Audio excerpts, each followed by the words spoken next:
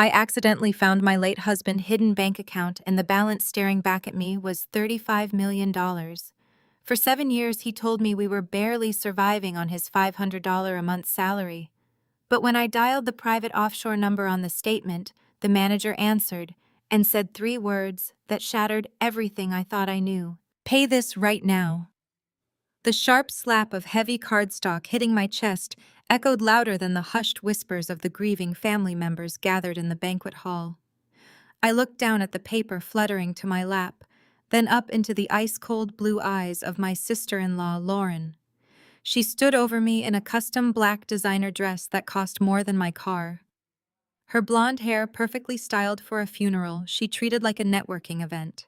The paper was an invoice from the funeral home for $15,000. Lauren crossed her arms, her diamond wedding band catching the dim light of the rented hall. "Your husband was a broke failure," she announced, her voice carrying across the room, intentionally slicing through the somber atmosphere. "He spent his entire life scraping together $500 a month doing freelance computer repairs. Since he clearly did not have a dime to his name to bury himself, it falls on you to cover the bill. Do not expect us to subsidize your charity case of a marriage any longer." I sat frozen in my folding chair, my hands trembling against the black fabric of my modest dress. My husband Jamal had been in the ground for less than 3 hours. The scent of the dirt was still fresh in my mind, the devastating reality of his sudden heart attack still suffocating me. Yet here was Lauren turning his repast into a public execution. I looked around the room hoping for someone to intervene, but the faces staring back at me were either turned away in feigned ignorance or watching with morbid curiosity. "You need to handle this by tomorrow," Lauren continued, her tone sharp and unyielding. "And while we are discussing your new reality, you need to pack your things and vacate the apartment by Friday." The words hit me like a physical blow. "Vacate the apartment." I stood up, clutching the invoice. "What are you talking about, Lauren? Tyrell and I co-signed that lease for Jamal years ago because his credit was garbage," she sneered, referring to her husband, my brother-in-law. "We are terminating the lease. We refuse to be financially liable for a widow who crunches numbers in a cubicle all day. You have until Friday to get out before I call the building manager and have you escorted off the property." The sheer cruelty of her demand paralyzed me. I was a data analyst. I worked long hours to make up for the financial shortfalls in our marriage, always believing that Jamal and I were building a foundation piece by piece. We lived in a cramped one-bedroom apartment where the radiator clanked all winter and the rent was always a struggle. I had loved him enough to look past the empty bank accounts. Now Lauren was using that very poverty to erase me from the family entirely. Before I could even formulate a response to Lauren, a heavy hand landed on my shoulder. I turned to see my mother-in-law, Brenda, stepping into the circle. Brenda was a woman who commanded attention, dressed in immaculate black church attire, a wide-brimmed hat casting a shadow over her severe features. I expected her to reprimand Lauren for causing a scene at her own son repast. Instead, Brenda looked me up and down with an expression of pure disgust. "Lauren is right, Maya," Brenda declared, her voice booming with the authority of a matriarch who had always despised me. "Jamal threw his entire life away the day he married you. I told him 7 years ago not to settle for a girl with student loans and a public school background. I told him he should have married into a proper family like Tyrell did." She gestured proudly toward Tyrell, who was standing a few feet away. Tyrell was Jamal's older brother, the undeniable golden child of the family. He wore a bespoke suit and was currently smirking while checking the time on his heavy gold Rolex. He did not say a word to defend his deceased brother or his grieving sister-in-law. He simply watched the spectacle with an arrogant tilt to his chin, reveling in the fact that his wife and mother were dismantling me in public. "Look at Tyrell." Brenda continued, projecting her voice so the entire room could hear the comparison. "He married Lauren. He built a consulting business. He lives in a gated community. He brings honor to this family. Jamal chose to live in squalor with a low-level number cruncher because you dragged him down to your level. You drained him, Maya. You stressed him out with your constant financial struggling, and now he is gone." The accusation was monstrous. Jamal and I had struggled together. I had paid the grocery bills when his freelance clients defaulted. I had rubbed his shoulders when he stayed up late coding on his ancient laptop. I had loved him with every fiber of my being. Yet here was his mother weaponizing her grief to punish me for not coming from wealth. Tyrell finally stepped forward, wrapping a possessive arm around Lauren's waist.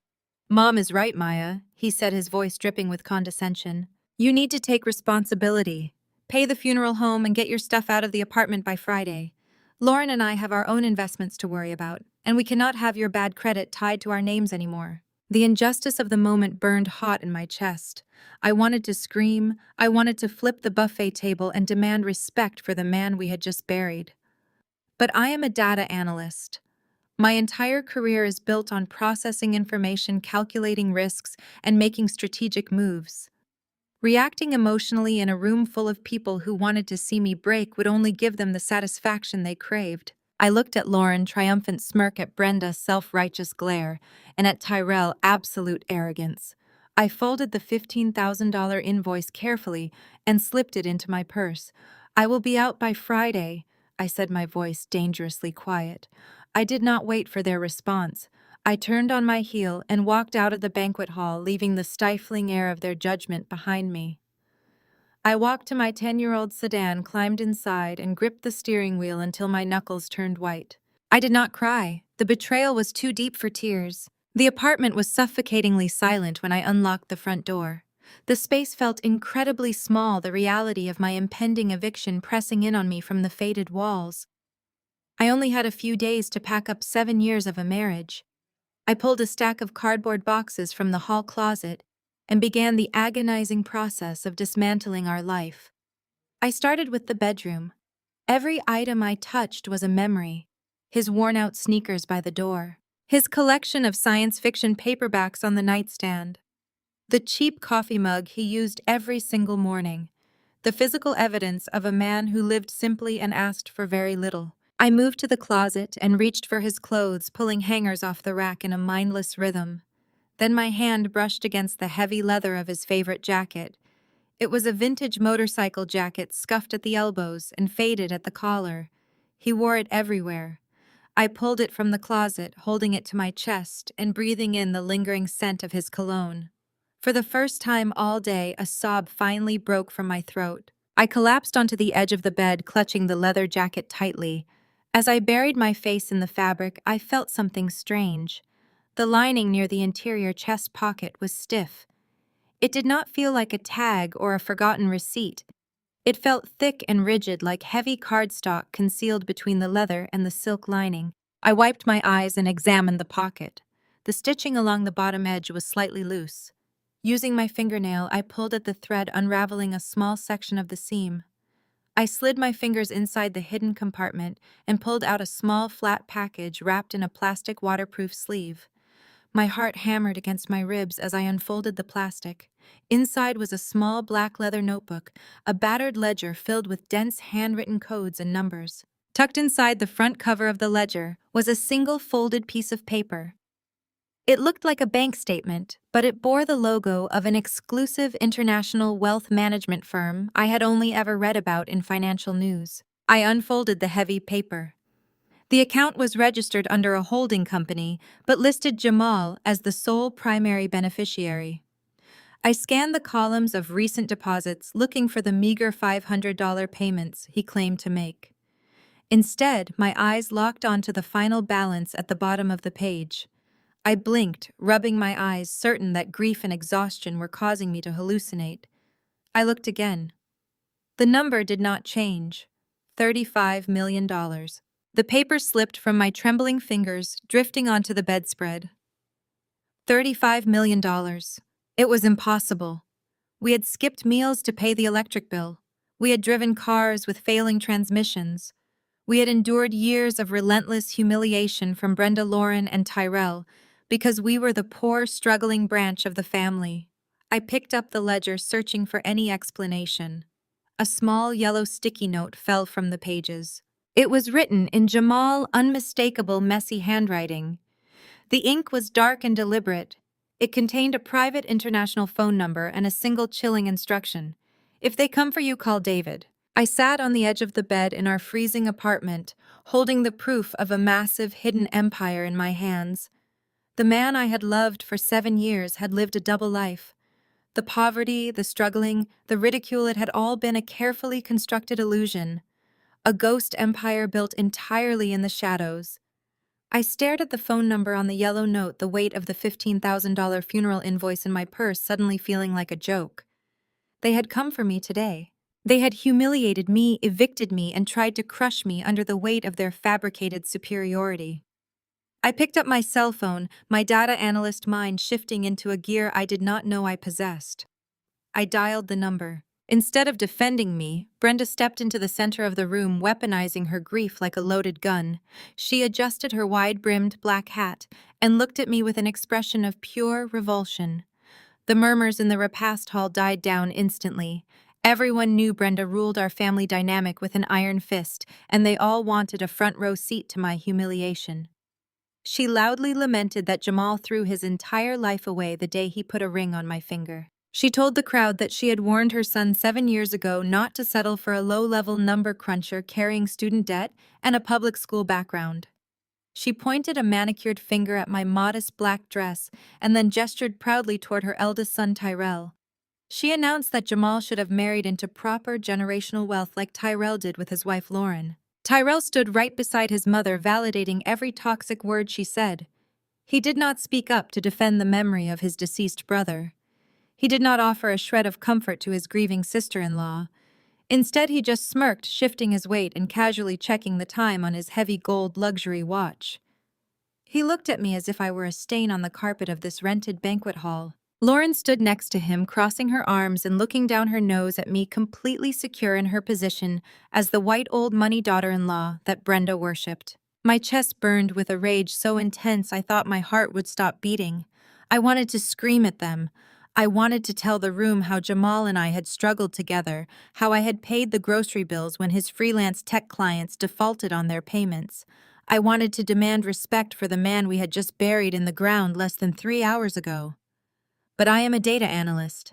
My entire career is built on processing variables, observing patterns, and calculating risk. Standing in a room full of people who inherently viewed me as the enemy, I knew that fighting back with emotion would yield absolutely no return on investment. I had zero leverage. I had no money to fight the $15,000 funeral invoice Lauren had just thrown at me, and I had no legal standing to fight the eviction Tyrell was threatening me with since his name was on the master lease. I bit my tongue so hard I tasted copper in my mouth. I choked back the tears, burning the backs of my eyes, and focused entirely on survival. I looked at Brenda, who was waiting for me to break. I looked at Lauren, who was waiting for me to beg. I looked at Tyrell, who was waiting for me to shatter. I carefully folded the funeral invoice, slipped it into my purse, and nodded. "I will have my things out of the apartment by Friday," I said. My voice was dangerously quiet but steady. I turned on my heel and walked out of the banquet hall, leaving their toxic superiority behind me. The drive home was a blur of gray streets and numb exhaustion. When I unlocked the door to our cramped one-bedroom apartment, the silence inside was absolutely deafening. The space felt incredibly small, the reality of my impending eviction pressing in on me from the faded walls. The radiator clanked in the corner, a harsh reminder of the freezing winters Jamal and I had endured in this building because we could not afford to live anywhere else. We had shared this tiny space for 7 years, eating cheap takeout and dreaming of a future where we would not have to check our bank accounts before buying groceries. I pulled a stack of cardboard boxes from the hall closet and began the agonizing process of dismantling my marriage. I started with the bedroom, pulling hangers off the rack in a mindless mechanical rhythm. Every item I touched was a heavy physical memory. I packed his worn-out sneakers. I packed his collection of science fiction paperbacks. I packed the cheap chipped coffee mug he used every single morning. It was the physical evidence of a man who lived simply and asked for very little from the world. I reached to the very back of the closet and my hand brushed against the heavy leather of his favorite jacket.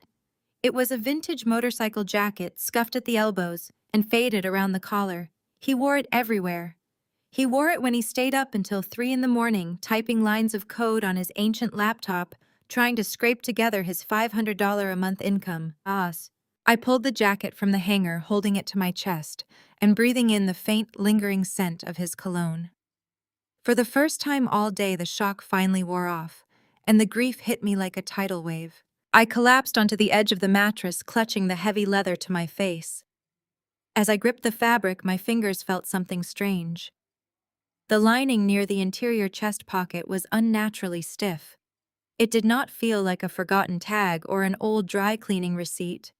It felt thick and rigid, like heavy cardstock concealed deep between the outer leather and the inner silk lining. I wiped my eyes, my analytical mind instantly snapping to attention. I examined the pocket closely. The stitching along the bottom interior edge was slightly loose, the thread a different color than the rest of the factory seam. Using my thumbnail, I pulled at the thread, unraveling a small section of the pocket. I slid 2 fingers inside the hidden compartment and pulled out a small flat package wrapped tightly in a waterproof plastic sleeve. My hands hammered against my ribs as I peeled back the plastic. Inside was a small black leather notebook. It was a battered ledger filled with dense handwritten codes, encrypted passwords, and server logs that made absolutely no sense to me. Tucked inside the front cover of the ledger was a single folded piece of heavy parchment paper. It was a bank statement, but it bore the logo of an exclusive international wealth management firm I had only ever read about in financial news articles. I unfolded the heavy paper. The account was registered under a corporate holding company, but it clearly listed Jamal as the sole primary beneficiary. I scanned the columns of recent deposits, looking for the meager payments he always claimed to make from his freelance clients. Instead, my eyes bypassed the deposits and locked onto the final balance printed at the bottom of the page. I blinked, rubbing my eyes, certain that exhaustion and grief were causing my brain to misfire. I looked at the paper again. The number did not change. $35 million. The statement slipped from my trembling fingers, drifting onto the bedspread. $35 million. It was impossible. It defied every single logical metric of our existence. We had skipped meals to pay the electric bill. We had driven cars with failing transmissions. We had endured years of relentless humiliation from Brenda, Lauren, and Tyrell because we were the poor, struggling branch of the family. Yet I was staring at undeniable proof of a massive hidden fortune. I picked up the black ledger, searching for any logical explanation. As I opened the notebook, a small yellow sticky note fell from the pages and landed on my lap. It was written in Jamal's unmistakable, messy handwriting. The ink was dark and deliberate. It contained a private international phone number and a single chilling instruction. If they come for you, call David. I sat on the edge of the bed in our freezing apartment, holding the proof of a ghost empire in my hands. The man I had loved fiercely for 7 years had lived a double life. The poverty, the struggling, the constant financial anxiety, it had all been a carefully constructed illusion. He had built this massive fortune entirely in the shadows, keeping it hidden from the people who shared his blood. I stared at the phone number on the yellow note. I thought about the $15,000 funeral invoice sitting in my purse. I thought about Lauren's smug face and Tyrell's arrogant smirk. I thought about Brenda telling a room full of people that I was a low-level mistake. They had come for me today. They had humiliated me, evicted me, and tried to crush me under the weight of their fabricated superiority. I picked up my cell phone, my data analyst mind shifting into a cold calculating gear I did not know I possessed. I dialed the number. The line rang exactly twice before a crisp professional voice answered the call. Vanguard International Private Wealth. How may I direct your inquiry? I swallowed hard, forcing the panic down into my chest. I asked to speak with David. I did not have a last name. The yellow sticky note only provided a first name and a direct extension, but the receptionist did not ask for clarification. She simply placed me on a brief hold. The classical music playing through the receiver felt entirely out of place in my freezing living room. I stared at the water stains on the ceiling, waiting for someone to tell me this was a massive mistake. A man picked up the line. His voice was deep, resonant, and incredibly cautious. This is David, who is calling. I looked down at the heavy parchment paper trembling in my hand. I told him my name was Maya. I told him I found a ledger and a bank statement hidden inside a leather jacket belonging to my husband, Jamal. The silence that followed was absolute. I could hear the faint sound of city traffic outside my window, but through the phone, there was nothing but a heavy, calculating quiet. David finally spoke. His tone was entirely stripped of the usual corporate warmth. If you have the ledger, you have the account identifier. Read it to me. I read the long string of letters and numbers printed at the top of the statement. My voice shook slightly on the final digit. I expected him to confirm the balance or ask for my social security number. Instead, he told me that this specific portfolio was heavily restricted. He informed me that before we could proceed any further, he required the secondary verbal authentication. I felt a cold sweat break out across the back of my neck. I asked him what he meant by verbal authentication. David explained that the primary account holder established a highly specific security phrase, a phrase that only his designated successor would know. If I could not provide the exact phrase, he would be forced to lock the account permanently and notify federal authorities of a potential security breach. Panic gripped me. I scoured my brain trying to think of passwords Jamal might have used. His birth date, our anniversary, the street we met on. But Jamal was a brilliant coder. He would never use something so obvious to secure a hidden empire. I looked down at the yellow sticky note again.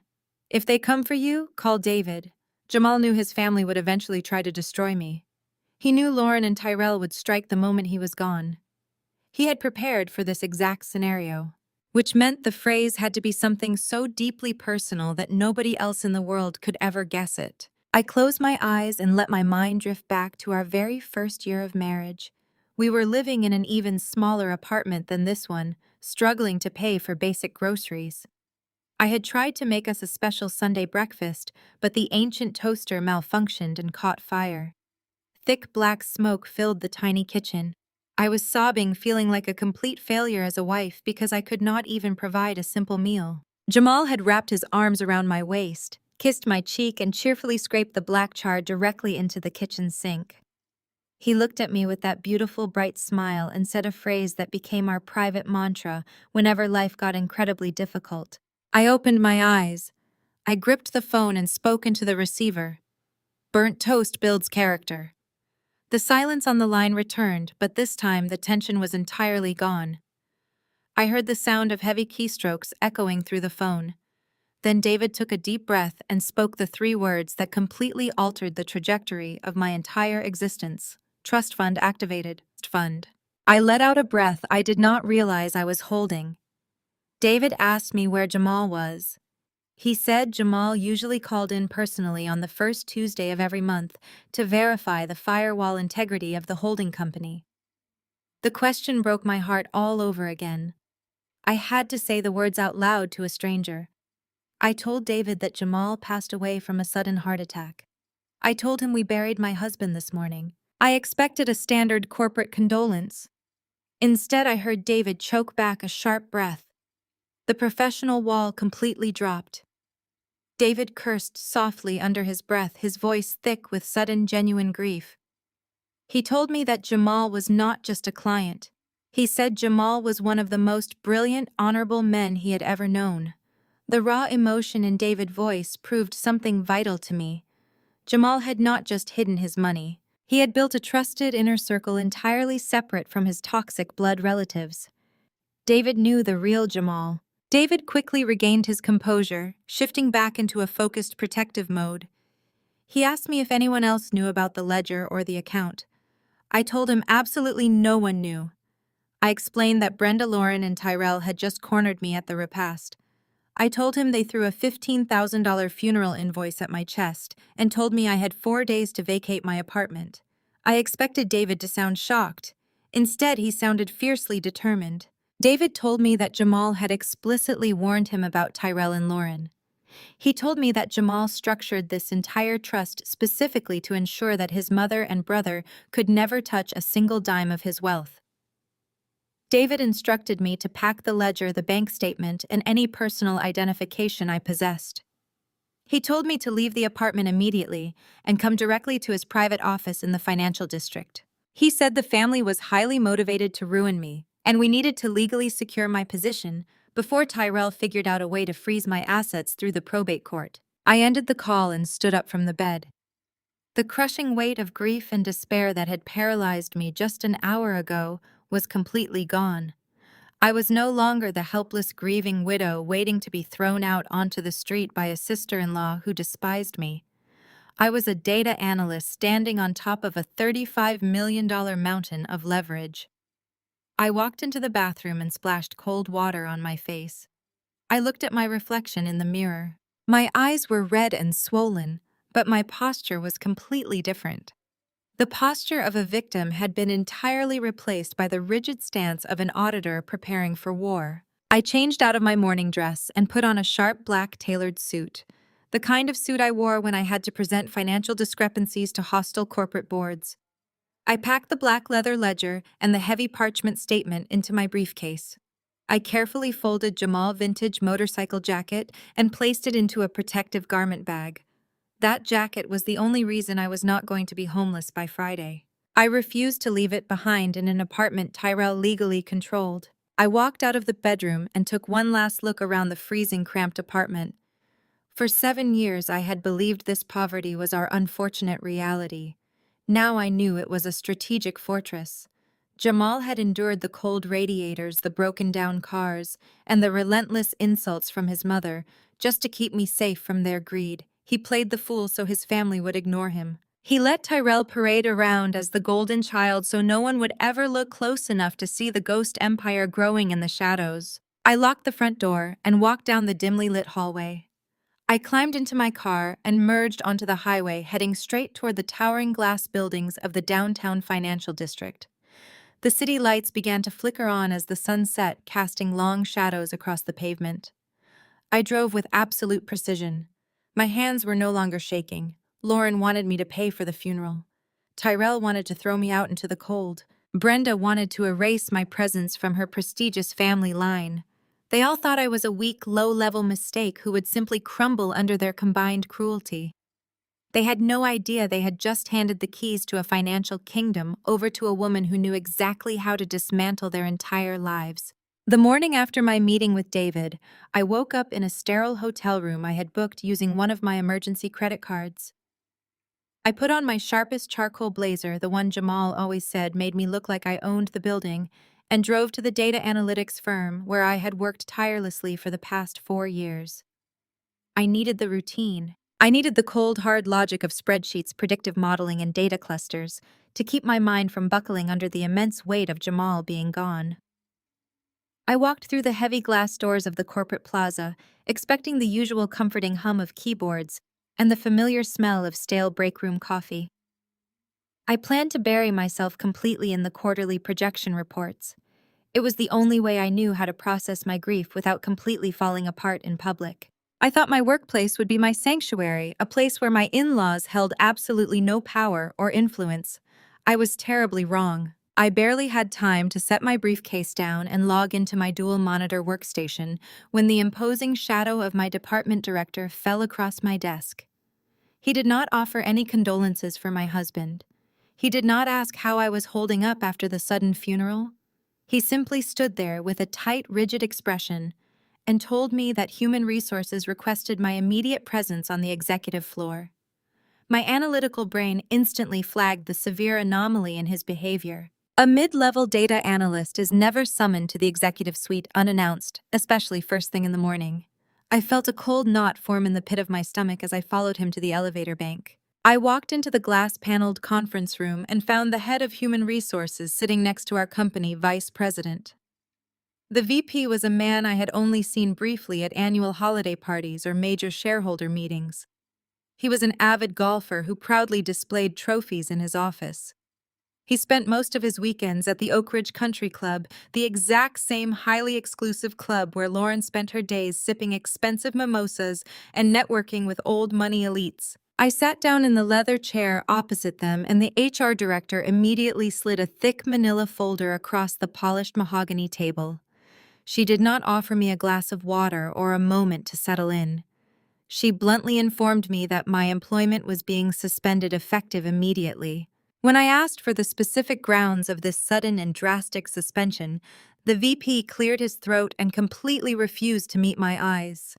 He stared down at his notepad and claimed the company had received an anonymous tip regarding a sudden anomaly in my background check.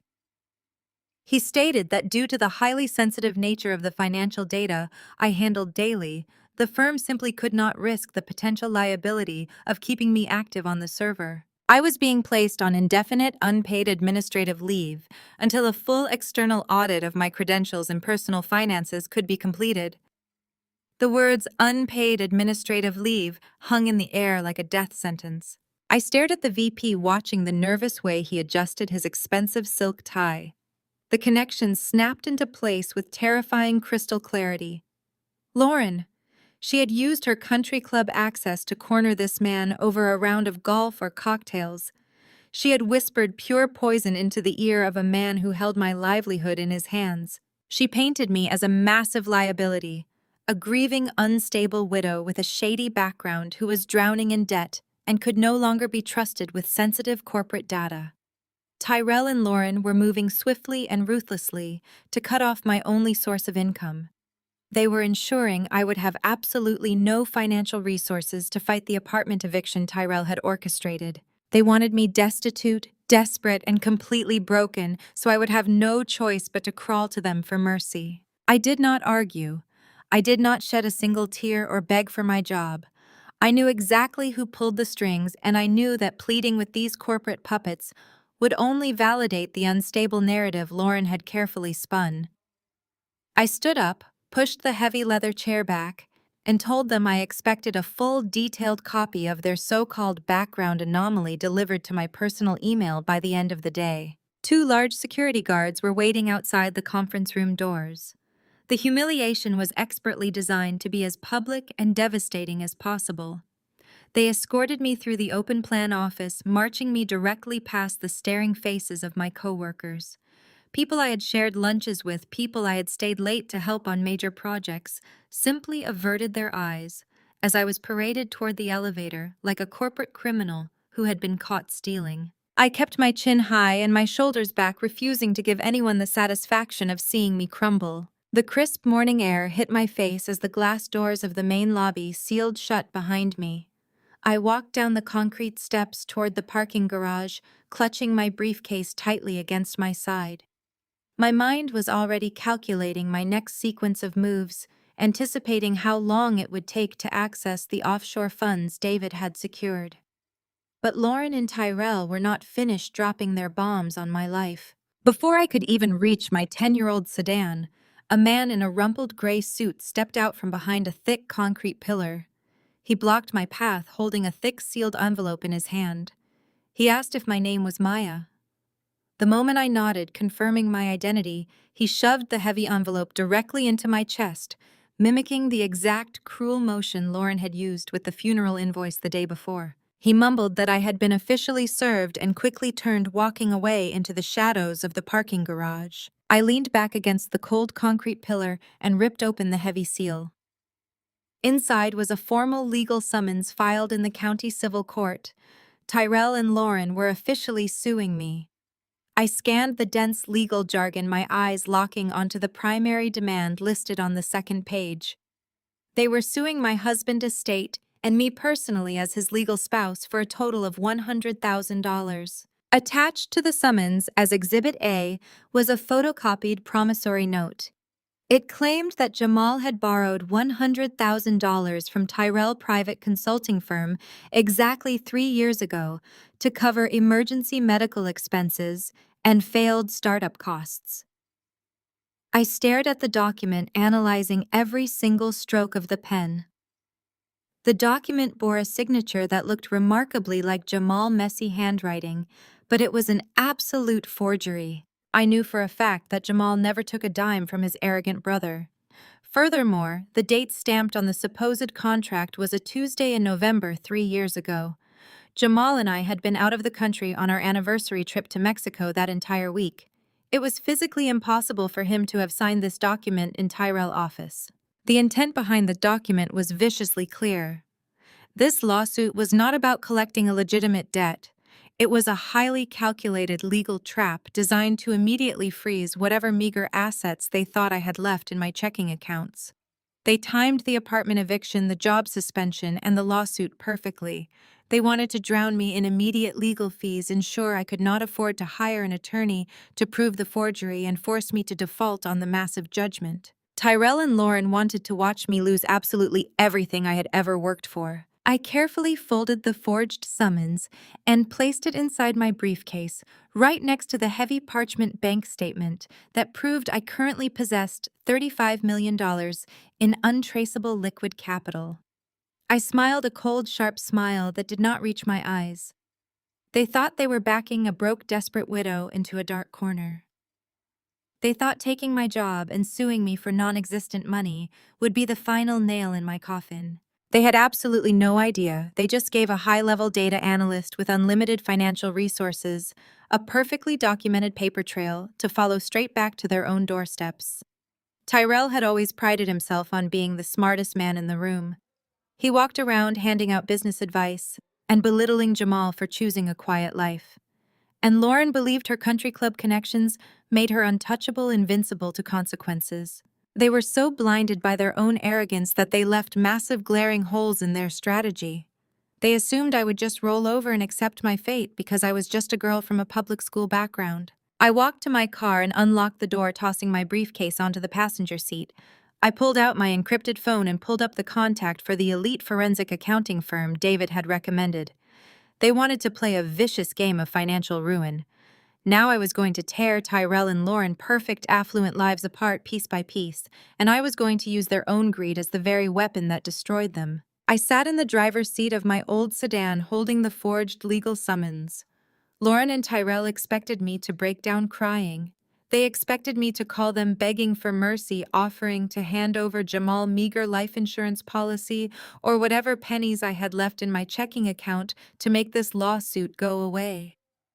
They relied on the assumption that grief would make me weak and that poverty would make me compliant. But they drastically underestimated what a senior data analyst does when presented with a flawed dataset. I did not shed a single tear. I picked up my encrypted phone, the one David had overnighted to me, and dialed the direct line to the elite corporate intelligence firm he had recommended. This was not a standard accounting agency. They were a ruthless financial forensics team specializing in hostile takeovers, asset recovery, and dismantling corporate fraud. A man named Silas answered the phone. His voice was sharp and entirely devoid of pleasantries, which was exactly what I needed. I introduced myself as a Vanguard private wealth client referred by David. The moment I mentioned David named Silas, immediately shifted his tone, giving me his absolute undivided attention. I told him I needed to hire his top-tier forensic team for a comprehensive financial dissection, and I needed them operating within the hour. Silas informed me that their retainer started at $50,000. I did not blink. I told him to draft the engagement letter and bill it directly to the holding company. I drove away from the corporate plaza where I had just been publicly humiliated and fired. I did not go back to the freezing apartment Tyrell was trying to evict me from. Instead, I pulled into the parking lot of a cheap, nondescript motel on the edge of the city limits.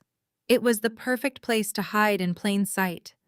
I paid in cash for a week, checking into a dingy room that smelled vaguely of bleach and old smoke. I locked the deadbolt, pulled the heavy curtains shut, and set up my command center on the rickety laminate desk. I opened the secure laptop David had provided. My hands were perfectly steady as I bypassed the biometric security protocols and logged into the Vanguard client portal. The screen loaded, displaying my dashboard. There it was, completely real and entirely mine. $35 million sitting in diversified high-yield accounts and liquid assets.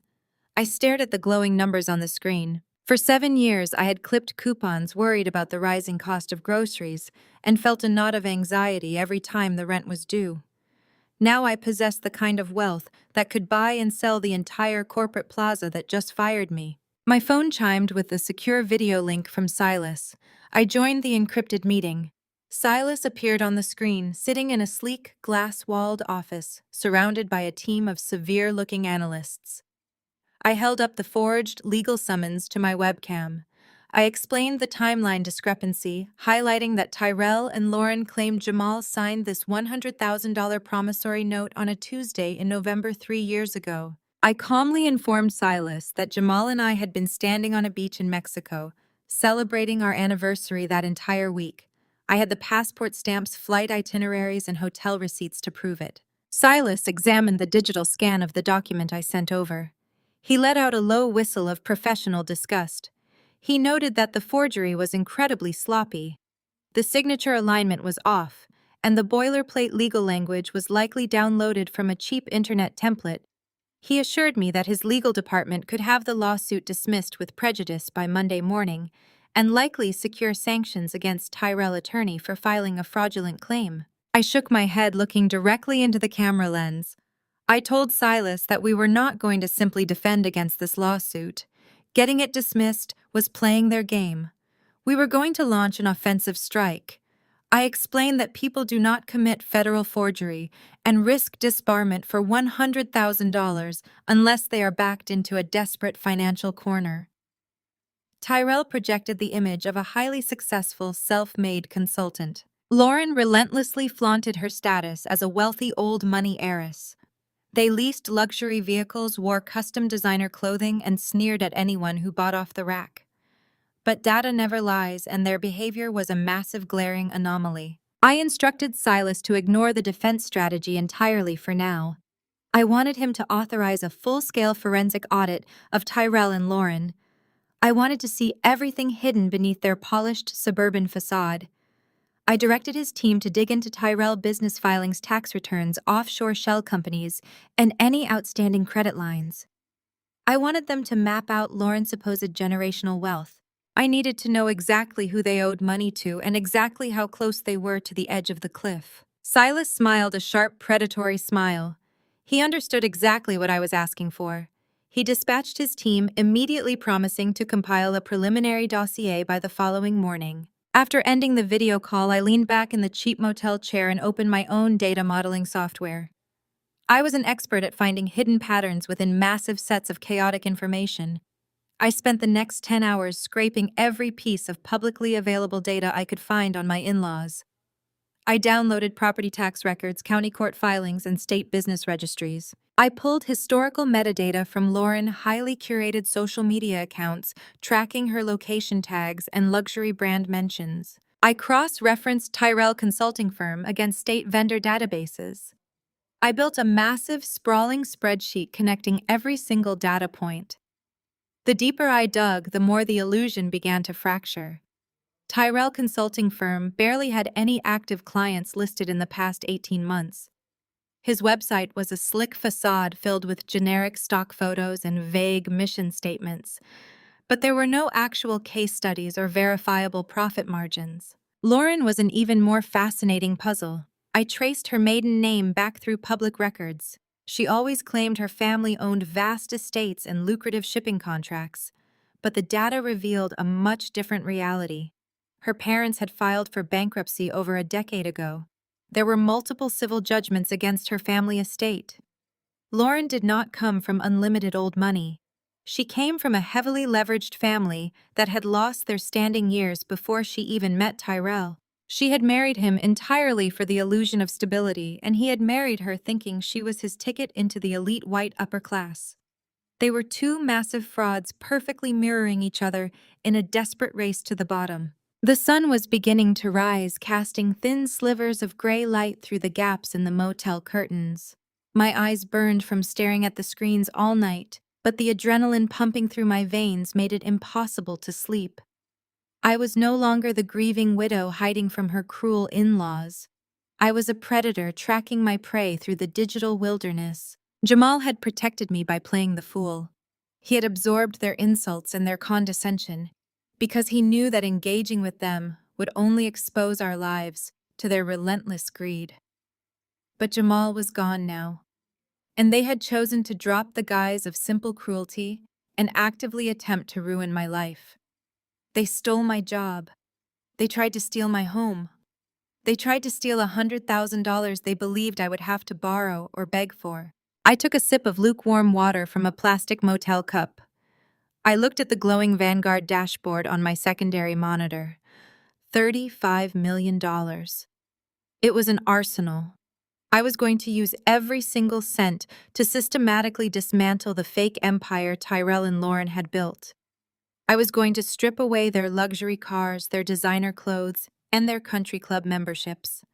I was going to reduce them to exactly what they had always accused me of being: nothing. My encrypted phone buzzed on the desk, breaking the silence of the room. It was Silas. The forensic dossier was complete. The initial public records I had scraped together were just the surface-level cracks. Silas' team had breached the foundation, and what they found was worse than I could have ever imagined. The financial trap Tyrell and Lauren had built for themselves was not just deep, it was highly illegal. I answered the call, ready to examine the ruins of their lives. I answered the secure line, and Silas did not waste a single second with pleasantries. He told me to refresh my encrypted dashboard because his team had just uploaded the complete forensic breakdown of my in-laws' financial network. I tapped the refresh key, and a massive web of data materialized across my dual monitors. There were red flags, critical warnings, and default notices flashing across every single row of the spreadsheet. I asked Silas where we should begin the autopsy. He suggested we start with the crown jewel of the family illusion, Lauren. For 7 years, Lauren had tormented me by flaunting her white old money pedigree. She constantly reminded me that I came from a public school background while she was raised on sprawling equestrian estates. She treated me like dirt on her designer shoes because she believed her bloodline made her inherently superior to a black woman who had to work for a living. I opened the file Silas highlighted and watched her entire aristocratic facade burn to the ground. The data was absolute and devastating.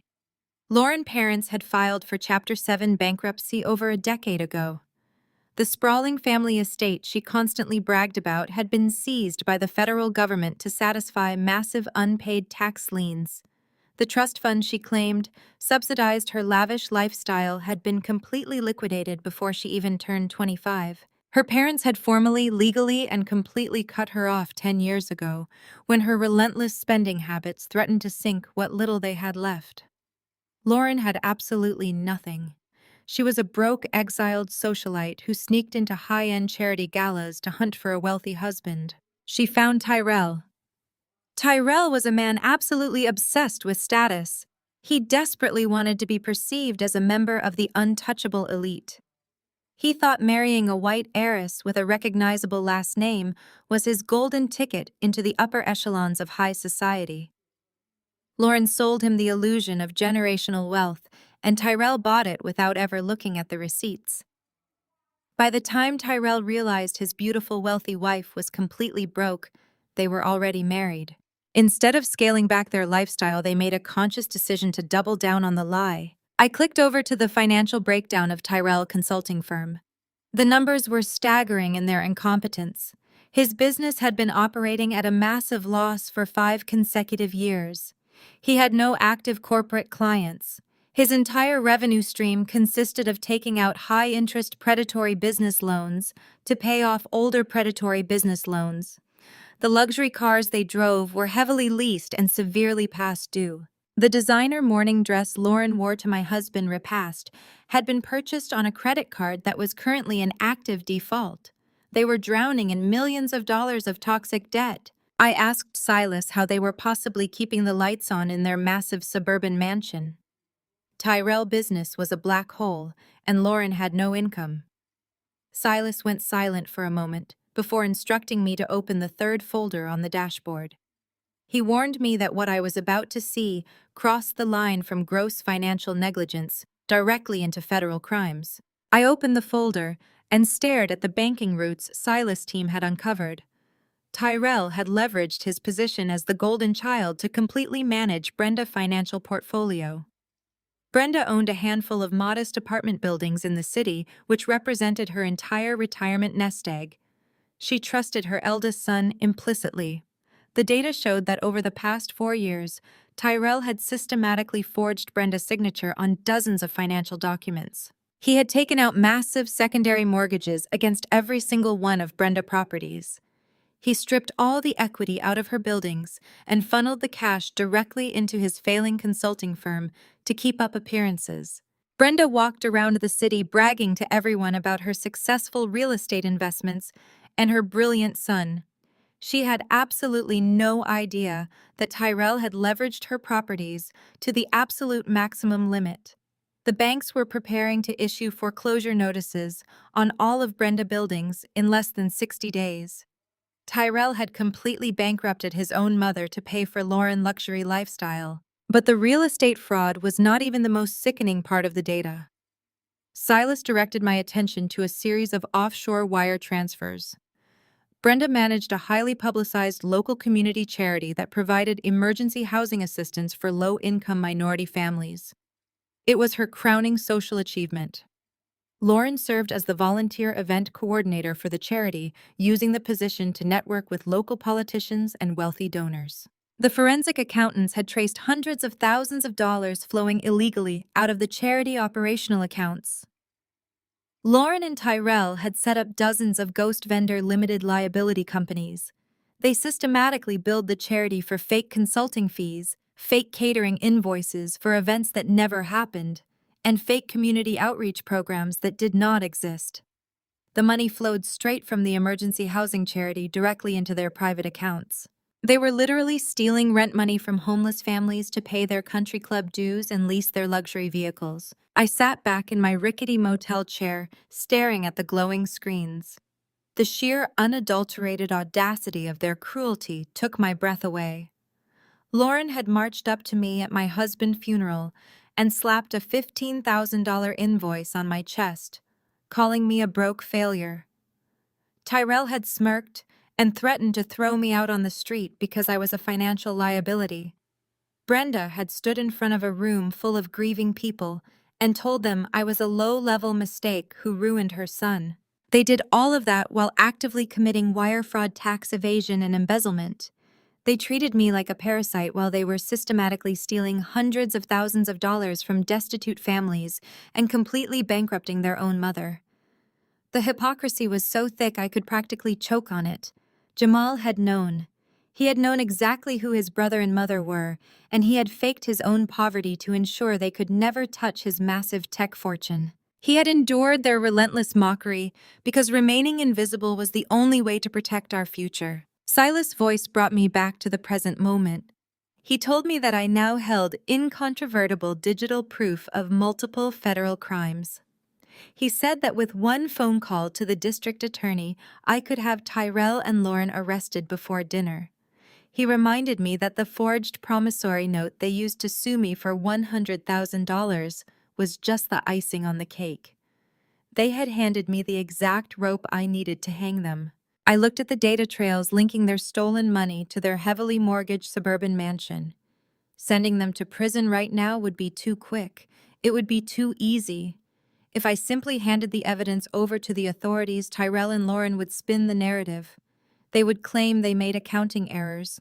Lauren would play the victim and pretend her husband manipulated her. They would find a way to preserve a shred of their social dignity. I did not want them to have a shred of dignity left. I wanted a much more poetic, complete, and absolute destruction.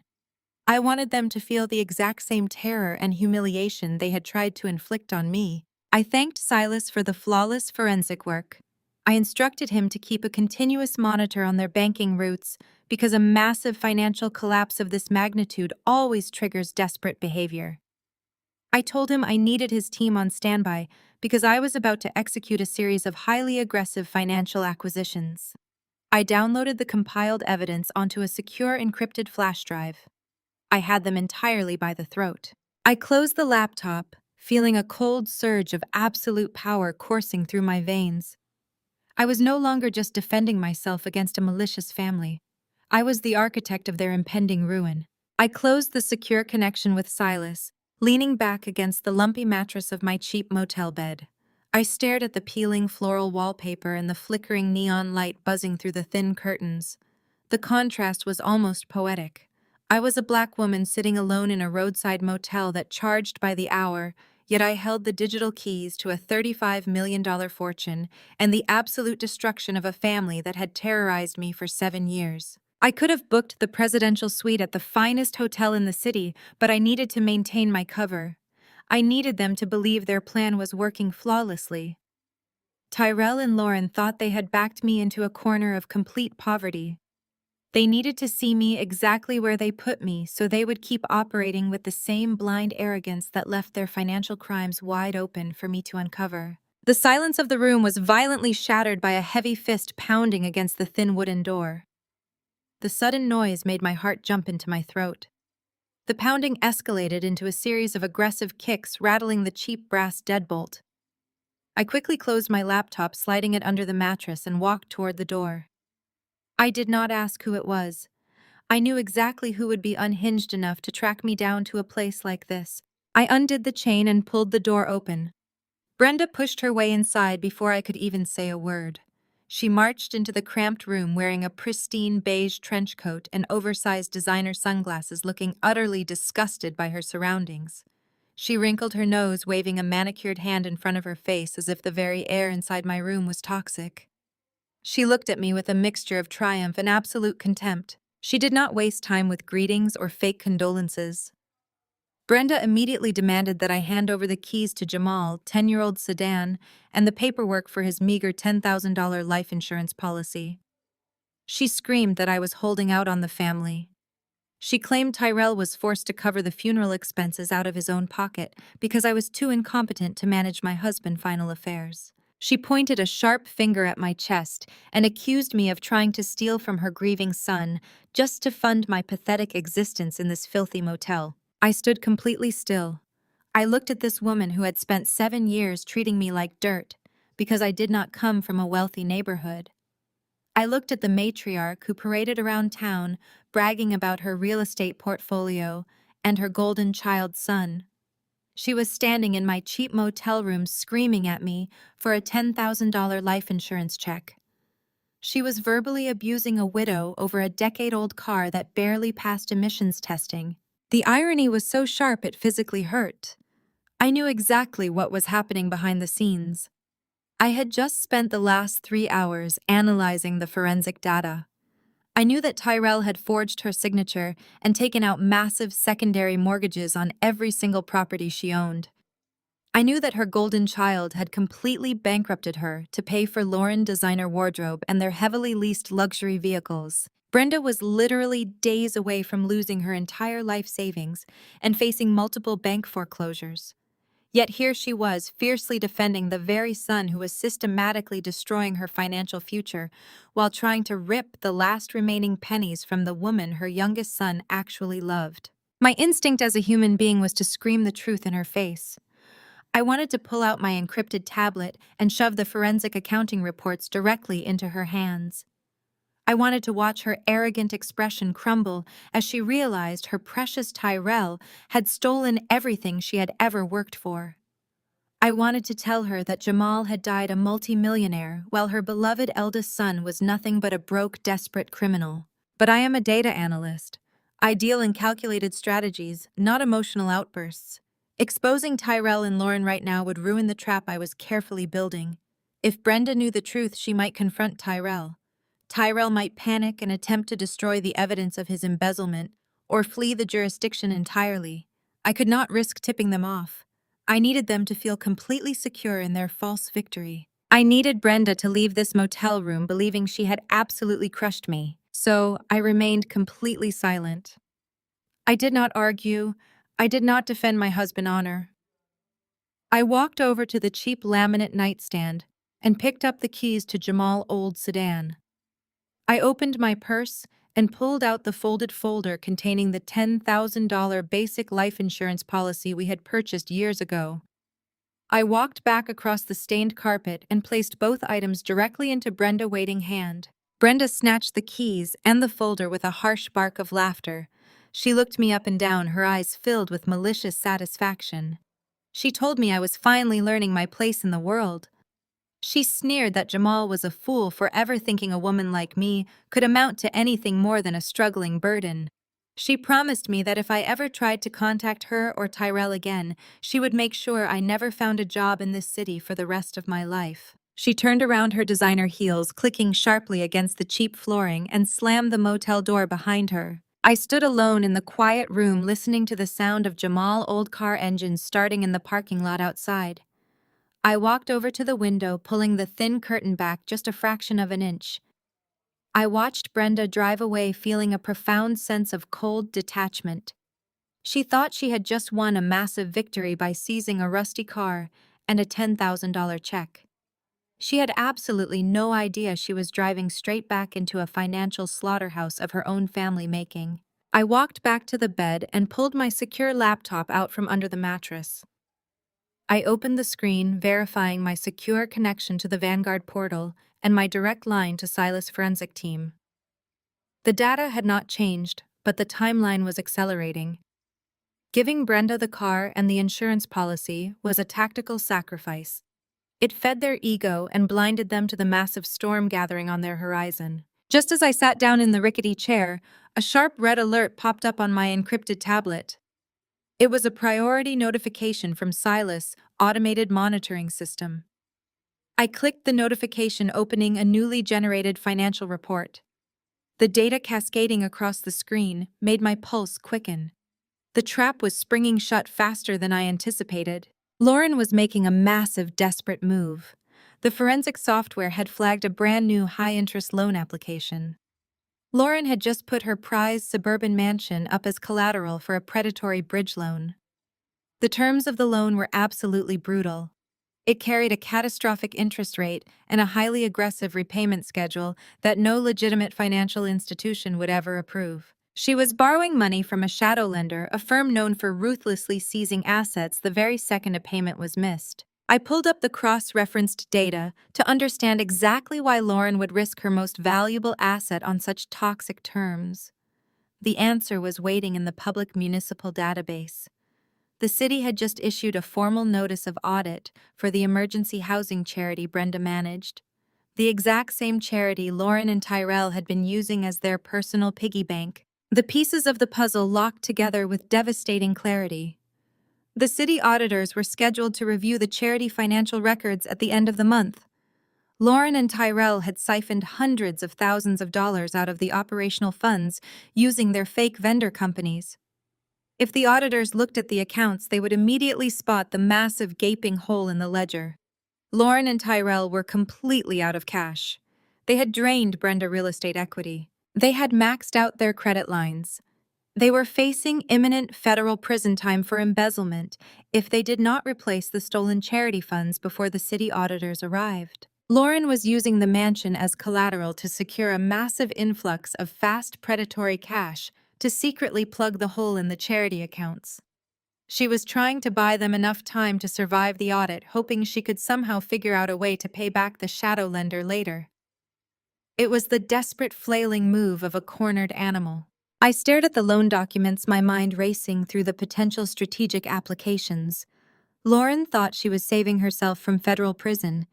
She thought she was being clever by utilizing a shadow lender outside the traditional banking system. She had absolutely no idea that the predatory loan she just signed was completely transferable. Debt can be bought and sold on the secondary market. A cold smile spread across my face. Lauren had just placed the deed to her beloved mansion on a silver platter. I picked up my encrypted phone and drafted a direct message to David at Vanguard Private Wealth. I did not need him to block their moves. I needed him to help me acquire them. The time for gathering data was over. It was time to start buying the board. The message to David transmitted instantly across the secure channel. I did not move from my spot on the edge of the motel bed. I kept my eyes locked on the glowing tablet screen, watching the cursor blink rhythmically against the dark background. Exactly 4 minutes later, my encrypted phone vibrated against the cheap laminate desk. It was David. I answered the call and his voice came through the speaker, thick with immediate professional curiosity. He had reviewed the preliminary forensic data I just forwarded him.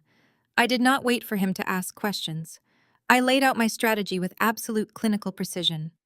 I explained that Lauren was attempting to secure a massive predatory bridge loan from a shadow lender to hide the hundreds of thousands of dollars she and Tyrell embezzled from Brenda Emergency Housing Charity. I told David I did not want Vanguard to block her transaction. I wanted to intercept it. I instructed him to utilize the anonymous corporate holding company connected to Jamal's $35 million trust fund to become the shadow lender.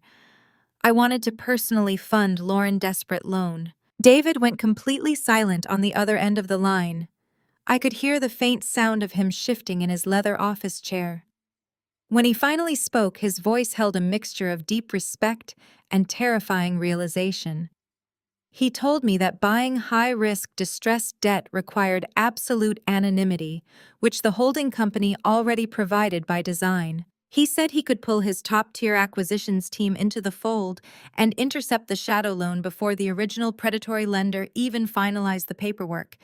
But I told David we were not stopping with Lauren and her mansion. I wanted Tyrell too. I directed David to look at the third folder in the forensic dossier Silas had compiled. It contained the complete financial wreckage of Tyrell Consulting Firm. Tyrell was surviving on a highly volatile house of cards built entirely from predatory business loans, leveraged equipment leases, and maxed-out corporate credit lines. He owed millions of dollars to a scattered network of secondary creditors. I authorized David to aggressively purchase every single piece of corporate debt Tyrell owed. I wanted to own his business liabilities in their entirety. The financial world moves with terrifying velocity when you have $35 million in liquid, untraceable cash. Distressed debt is routinely sold on the secondary market, often for pennies on the dollar, to aggressive collection agencies. Tyrell creditors were already nervous about his missed payments and shrinking revenue streams. When my anonymous holding company stepped in and offered to buy out his debt portfolios at full market value, his creditors accepted the transfers without a single moment of hesitation. Over the next 48 hours, I sat in my dingy motel room surviving on stale coffee and vending machine crackers while I watched the acquisition confirmations roll across my encrypted dashboard. It was a completely silent and absolutely hostile takeover. Tyrell thought he was still doing business as usual. I pictured him wearing one of his custom-tailored Italian suits, taking a potential client to an expensive lunch, and projecting the flawless image of a highly successful self-made man. He probably checked his heavy gold watch and scoffed at the waiter. He had absolutely no idea that a grieving widow sitting on a stained mattress just bought his entire existence. I reached into my briefcase and pulled out the forged legal summons Tyrell and Lauren had served me.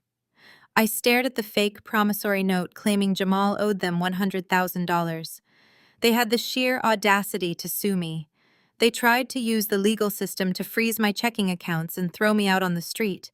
They wanted to watch me drown in attorney fees while they paraded around the country club living on stolen charity funds. Now I looked from the forged document in my hand back to the glowing digital certificates of ownership on my monitor. I literally owned Tyrell. I owned the lease on his sleek downtown office space. I owned the debt on his luxury company vehicles. I owned the massive credit lines he used to pay his staff. If I made one phone call and called in the notes, his entire consulting firm would collapse before lunchtime. He would be locked out of his own building, and his cars would be repossessed by sunset. But I was not going to call in the notes yet. Striking prematurely would ruin the absolute surgical justice I was designing. I wanted them to feel entirely safe.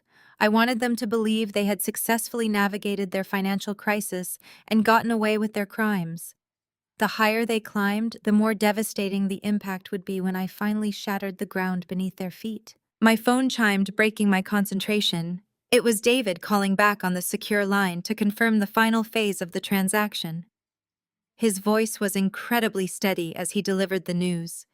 He informed me that Lauren's loan application had been successfully intercepted and funded through a dummy corporation established under my primary holding company. She signed the massive stack of paperwork electronically just an hour ago. In her desperate rush to replace the stolen charity money before the city auditors arrived, she had completely failed to read the fine print.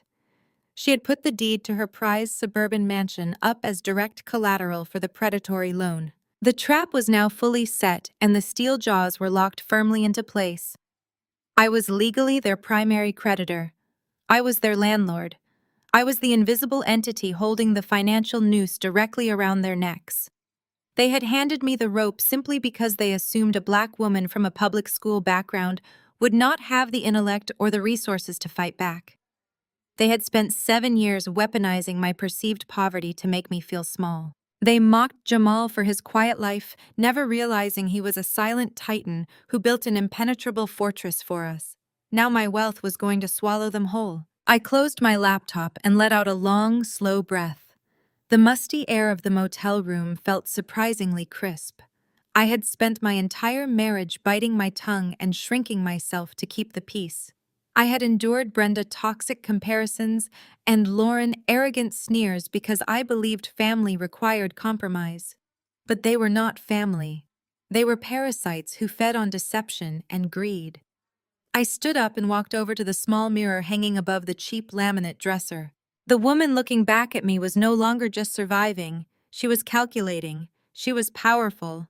She was ready to deliver a reckoning they would never forget. The morning after I officially became the invisible landlord of my sister-in-law, I was sitting at the rickety desk in my motel room, drinking instant coffee.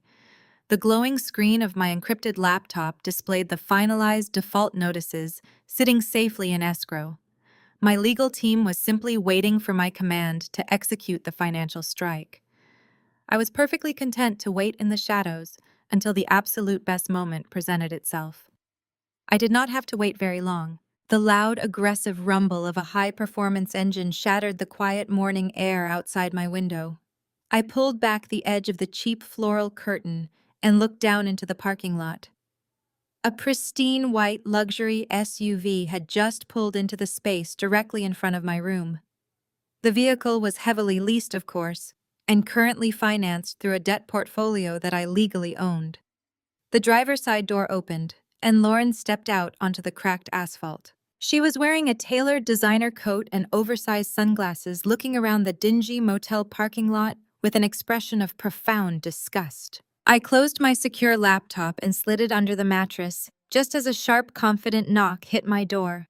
I unlocked the deadbolt and pulled the door open. Lauren stood there, radiating the scent of an expensive floral perfume that completely clashed with the smell of stale bleach and old smoke lingering in the motel corridor. She did not wait for an invitation. She pushed past me and stepped into the cramped room, her heels clicking sharply against the stained carpet. "I see you have finally settled into your natural habitat, Maya," she said, her voice dripping with artificial pity. "I really must say the ambiance here suits your background perfectly. It is a massive step down from the apartment Tyrell so graciously co-signed for you, but beggars cannot be choosers." I stood by the door and watched her. I did not cross my arms or display any defensive body language. I simply looked at a woman who was actively committing federal wire fraud, standing in a room she thought gave her the upper hand. I asked her what she wanted.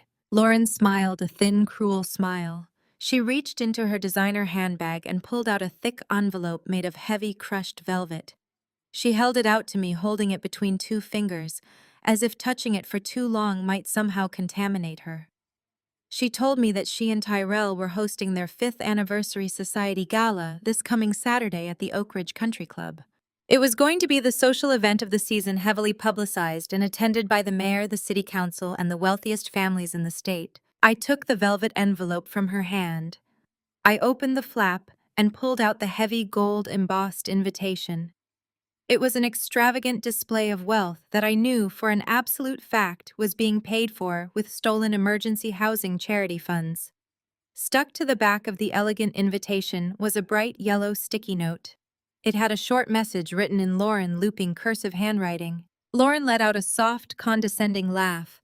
She told me that she and Tyrell knew how desperately I was struggling since I lost my job and got hit with their $100,000 lawsuit. She said they wanted to offer me a charitable opportunity to work off my debt. She pointed to the sticky note and explained that the event staffing agency was short a few workers. She was officially offering me a job for the evening as the primary bathroom attendant for the women lounge. She said if I spent the night handing out fresh towels and mints to her wealthy friends, she would graciously deduct $500 from the massive legal judgment I owed them. The sheer, unadulterated cruelty of the offer was breathtaking. Lauren had driven across the city, tracked me down to a cheap motel, and hand-delivered a velvet invitation just to tell me I was only fit to clean the toilets of her social circle. She wanted to humiliate me completely, to break my spirit so thoroughly that I would never dare to challenge her superiority again. She looked at me, waiting for the tears to fall. She wanted me to scream at her or throw the invitation in her face. But I just looked down at the yellow sticky note and then back up into her eyes. I knew exactly who held the deed to her house. I knew exactly who owned her husband's business. I knew that the luxury vehicle she drove here in was legally my property. I folded the sticky note and placed the invitation back into the velvet envelope. I told Lauren I would absolutely be there. I told her I would not miss her 5th anniversary gala for anything in the world. Lauren looked slightly disappointed that she had not elicited a dramatic emotional breakdown, but her smug superiority quickly returned. She told me to wear something plain and to use the service entrance at the back of the country club so I would not disturb the real guests. She turned around and walked out of the motel room, climbing back into her leased SUV and speeding away. I locked the door and pulled my laptop back out from under the mattress. I was not going to use the service entrance, and I was certainly not going to wear a plain uniform. Lauren wanted to put me on display in front of the entire city elite to prove her dominance. She had just provided me with the absolute perfect stage to execute my final strike. I opened my email and sent a formal affirmative reply to the digital RSVP address listed on the invitation. I registered myself not as event staff but as a primary guest. Then I picked up my encrypted phone and called David at Vanguard Private Wealth. I told him I needed to make a very specific withdrawal from the trust fund, and I needed his concierge team to facilitate an immediate introduction. I told him I was attending a high society gala on Saturday night, and I required the services of an elite celebrity stylist, the kind of professional who dressed list actors and international royalty for major red carpet events. David did not ask a single questioning detail. He simply told me it would be arranged within the hour. By the next morning, a sleek black town car arrived at the motel to transport me to a private, luxury-fitting suite in the financial district. I stepped into a massive room flooded with natural light overlooking the city skyline. A renowned stylist named Julian was waiting for me, surrounded by racks of breathtaking, haute couture garments, shimmering diamonds, and cases of designer shoes. Julian had been briefed by David that I required absolute perfection. I needed armor. For 7 years, I had shopped at discount stores and worn clearance rack business suits to accommodate Jamal's fake $500 a month salary. I had made myself small and invisible to survive the toxic environment of my in-laws. As Julian draped me in exquisite silks and fastened heavy authentic diamonds around my neck, I watched my reflection completely transform in the floor-to-ceiling mirrors. I was shedding the skin of the broke, struggling widow Lauren despised. I was stepping into the immense power and authority of the $35 million empire Jamal had built to protect me. I selected a custom deep emerald evening gown that fell perfectly against my skin and a diamond collar necklace that cost significantly more than the entire operating budget of Lauren's upcoming gala. I looked at the woman in the mirror and felt a deep, overwhelming sense of peace. I was no longer fighting for survival. I was fully prepared for war, and Lauren had absolutely no idea she had just invited the architect of her destruction directly into her own castle. Julian fastened the clasp of the heavy diamond collar around my neck and took a step back to admire his work. I stood in front of the floor-to-ceiling mirrors of the luxury styling suite, looking at a woman I barely recognized. The custom emerald green silk gown draped flawlessly across my body, radiating a quiet, untouchable power. For 7 years, I had tailored my entire existence to fit the false narrative of poverty Jamal and I maintained. I had worn clearance rack suits to my corporate data analyst job. I had pulled my hair back into tight, severe buns, and kept my head down to avoid drawing the vicious ire of my mother-in-law Brenda.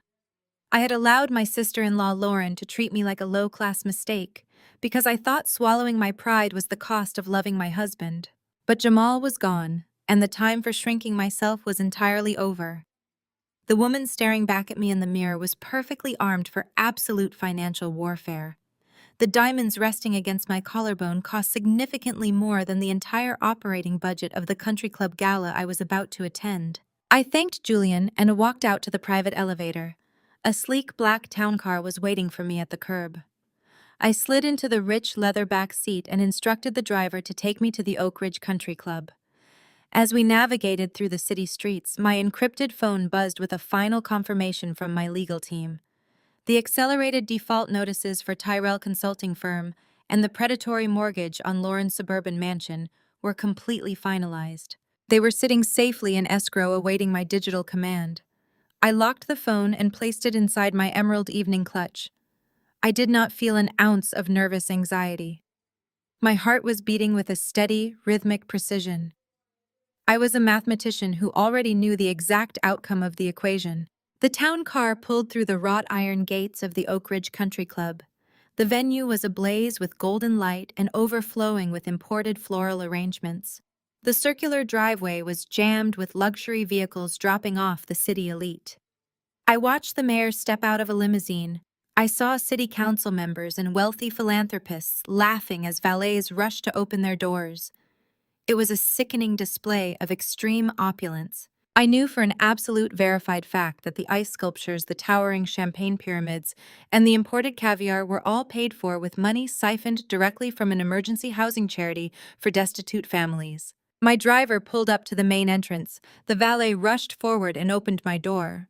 Lauren had explicitly instructed me in her cruel handwritten note to use the kitchen service entrance at the back of the building. She had ordered me to wear a plain black uniform and report to the event coordinator to scrub toilets and hand out mints to her wealthy friends to slowly pay off her forged $100,000 lawsuit. I ignored the service entrance completely.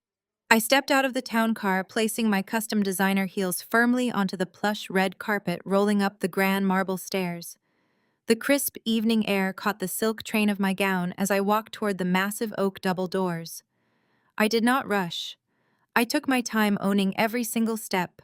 The main ballroom was a cavernous space filled with hundreds of guests wrapped in silk and velvet. A live jazz orchestra played softly from a raised stage in the corner. Waiters in crisp white tuxedos navigated the crowded floor, balancing silver trays of expensive champagne. Right in the center of the room, beneath a massive crystal chandelier, stood Tyrell and Lauren holding court. Tyrell wore a custom velvet tuxedo, projecting the absolute arrogant confidence of a highly successful business mogul. He held a glass of dark liquor, laughing loudly at a joke told by a local politician. Lauren stood beside him, wearing an aggressively ostentatious silver sequined gown that practically screamed for attention. She looked exactly like the wealthy old money heiress she desperately pretended to be. She was leaning in close to a group of influential socialites, soaking up their admiration. Brenda stood just a few feet away, wearing a severe maroon evening dress, proudly watching her golden child son network with the upper echelon of the city. I handed my coat to the attendant in the foyer and walked straight through the open double doors of the main ballroom. The shift in the room was not immediate, but it was terrifyingly swift. It started near the entrance. A group of wealthy donors stopped talking mid-sentence as I walked past them. A waiter carrying a tray of empty glasses paused, staring openly at the heavy diamonds glittering around my neck. The silence began to ripple outward, spreading across the ballroom like a drop of ink in a glass of water. Heads turned. Conversations abruptly halted. People nudged their spouses and pointed discreetly in my direction. Within 30 seconds, the low hum of the massive party had dropped to an absolute dead silence. Even the jazz orchestra seemed to lose their rhythm, the music faltering as the musicians noticed the sudden severe shift in the audience. The silence caught Lauren's attention. She turned away from the group of socialites with an annoyed expression, clearly irritated that the spotlight had shifted away from her. Her eyes scanned the room and locked directly onto me. The smug, superior smile completely vanished from her face. All the color drained from her cheeks, leaving her looking pale and suddenly very old. She stared at the emerald silk gown trailing behind me. She stared at the flawless styling and the immense, undeniable wealth radiating from my diamonds. Her mouth opened slightly, but no sound came out. Tyrell noticed his wife's sudden paralysis and followed her gaze. His jaw actually dropped. His arrogant posture crumbled instantly as he stared at the woman he had tried to evict just a few days ago. I did not stop walking. I moved gracefully through the parted sea of guests, heading directly toward the center of the room. I stopped exactly 3 feet in front of Lauren and Tyrell. The silence in the ballroom was so absolute I could hear the faint clinking of ice in a nearby glass. Lauren recovered her voice, but her tone was high-pitched and entirely frantic. She took a step toward me, her eyes darting around the room at the hundreds of wealthy guests watching our interaction. "What do you think you are doing?" she hissed, her voice a panicked whisper. "Meant only for me. I specifically told you to use the service entrance. Why are you dressed like this? Where did you steal those stones? You are supposed to be in the women lounge handing out towels." I looked at her with a calm, steady gaze. I did not lower my voice to a whisper. I spoke clearly, allowing my words to carry to the surrounding guests who were leaning in to eavesdrop on the drama. "I checked the staffing schedule, Lauren." I said, my voice smooth and perfectly pleasant. "It turns out you cannot afford my hourly rate. I decided to attend as a guest instead. It seemed fitting since I'm essentially funding this entire operation." Lauren's face flushed a deep, angry red. She looked frantically at Tyrell, seeking backup. Tyrell stepped forward, trying to salvage his dominant alpha male persona, but he looked entirely rattled. "Listen to me, Maya," he demanded, trying to force a commanding tone. "You are trespassing at a private corporate event. I do not know whose credit card you maxed out to rent that dress, but you are making a massive mistake. You are already facing a $100,000 lawsuit. Do not make me call security and have you arrested in front of the mayor." I tilted my head, looking at Tyrell as if analyzing a particularly slow child. "I did not rent anything, Tyrell," I replied, keeping my posture relaxed and untouchable. "And you are not going to call security because you do not have the authority to throw anyone out of a building you can no longer afford to lease." Brenda pushed her way through the crowd of onlookers, her maroon dress rustling aggressively. She marched up to me with her eyes blazing furiously. She pointed a sharp, manicured finger directly at my face. "How dare you show your face here?" Brenda snapped, trying to exert her matriarchal authority. "You manipulative little gold digger. Jamal is barely cold in the ground, and here you are parading around the country club trying to embarrass my family. You took his pathetic life insurance money and blew it on a dress just to spite us. Get out of this venue before I personally throw you out." I turned my attention to Brenda. For 7 years I had absorbed her venom. I had let her tear down my character and mock my upbringing. I had stayed silent when she told the entire funeral congregation that I was a low-level mistake. Now I looked at her completely stripped of any fear or submission. "I did not touch Jamal's life insurance policy, Brenda," I said, my voice dropping to a cold, authoritative register. "You can keep his 10-year-old car and that $10,000 check. You are going to need every single penny of it by Monday morning. I am just here to enjoy the champagne and watch the financial audit unfold." Lauren grabbed a silver tray containing 2 glasses of champagne from a passing waiter. Her hands were shaking visibly. She tried to shove the heavy silver tray directly into my hands, attempting to force me into a subservient position in front of the watching elite. "Take this tray, Maya!" she ordered, her voice loud and shrill, breaking the bounds of high society etiquette. "You are a broke, disgraced widow. You are here to work off the massive debt your failure of a husband owed my family. Take the tray and get back to the bathrooms before we ruin you completely." I did not reach for the tray. I let her stand there holding it awkwardly, her arms trembling under the weight of the silver and her own rising panic. I looked directly into Lauren's eyes and delivered my first calculated strike. "You seem incredibly tense, Lauren." I observed my voice carrying perfectly through the silent ballroom. It must be the stress of the impending city audit. It takes a lot of mental energy to illegally siphon hundreds of thousands of dollars from an emergency housing charity just to pay for ice sculptures and sequined dresses. The tray slipped from Lauren's hands. It crashed onto the marble floor with a deafening metallic clatter. The crystal champagne glasses shattered, sending expensive liquor splashing across her designer shoes. The entire ballroom gasped in unison. The mayor, who was standing just a few feet away, took a very sudden, very deliberate step backward away from Tyrell. Tyrell lunged forward, his face twisted in absolute panic. "Shut your mouth, Maya," he hissed, spittle flying from his lips. "You are a crazy, grieving widow making up psychotic lies. Nobody here believes a word you are saying." I smiled, a cold, sharp smile. I reached into my emerald evening clutch and pulled out my encrypted phone. "I am a data analyst, Tyrell," I replied, my thumb hovering over the screen. "I never make a claim I cannot back up with hard, verified numbers. I think it is time to show your wealthy friends exactly how you funded this little party. Tyrell moved fast. He lunged forward and positioned his broad shoulders directly in front of me, attempting to create a physical blockade between my encrypted phone and the staring faces of his wealthy guests. He wanted to box me in. He wanted to cut off my line of sight to the mayor and the city council members who were standing just a few feet away. I am a data analyst, and I read body language the exact same way I read spreadsheets. Tyrell was trying to project the dominant, aggressive energy of a highly successful business mogul, but his micro-expressions told a completely different story.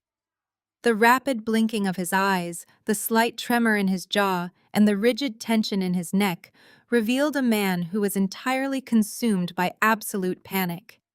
He knew his financial house of cards was highly unstable, and he knew my presence here was an impossible anomaly he could not control. Lauren instantly kicked her theatrical survival instincts into high gear. She turned toward the cluster of influential politicians with her hands pressed dramatically against her chest. She let out a loud, manufactured sob, weaponizing her tears with practiced precision. She proclaimed to the entire room that I was suffering a catastrophic mental breakdown. She shouted that the profound grief of losing my husband had completely shattered my grip on reality. She pointed a trembling finger at my custom emerald gown and screamed that I was a destitute widow who had fraudulently maxed out credit cards to invade her prestigious anniversary gala. She was desperately trying to leverage the historical societal dynamic of a wealthy white woman performing victimhood to silence a black woman. She wanted the room to view me as dangerous, unstable, and deeply pathetic. Tyrell snapped his fingers at the country club general manager who was hovering near the spilled champagne. Tyrell demanded that the audiovisual system be cut immediately.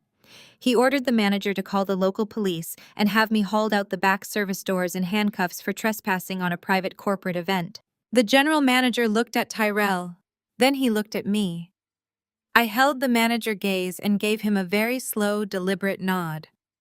The manager knew exactly who held the deed to the property he was standing in. My holding company had finalized the paperwork yesterday. He did not move a single muscle to help Tyrell.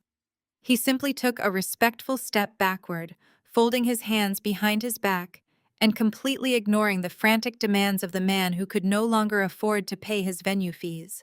Brenda flanked my left side, forming the third pillar of their desperate human barricade. Her severe maroon evening dress rustled as she closed the distance. She hissed that I was ruining the most important night of her son life.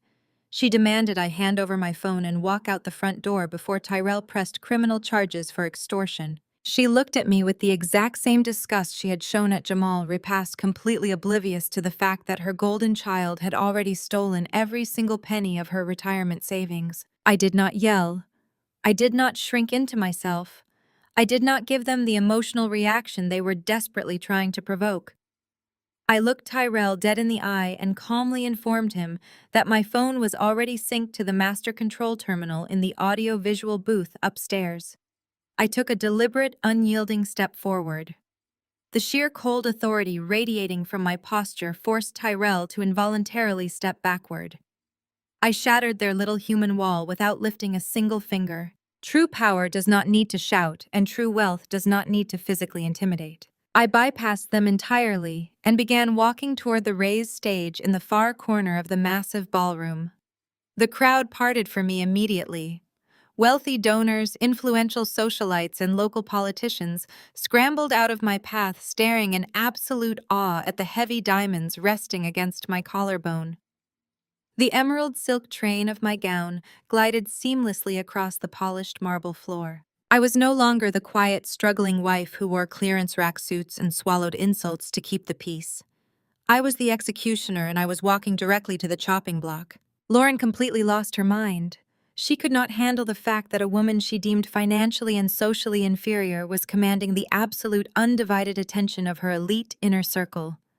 The polite high society facade completely evaporated, leaving nothing but raw, desperate malice. She grabbed a large, heavy silver tray from a nearby high-top table and sprinted after me. Her sequined dress flashed aggressively under the crystal chandeliers. She cut me off just as I reached the bottom step of the stage, blocking my path to the platform. Lauren shoved the heavy silver tray directly toward my chest.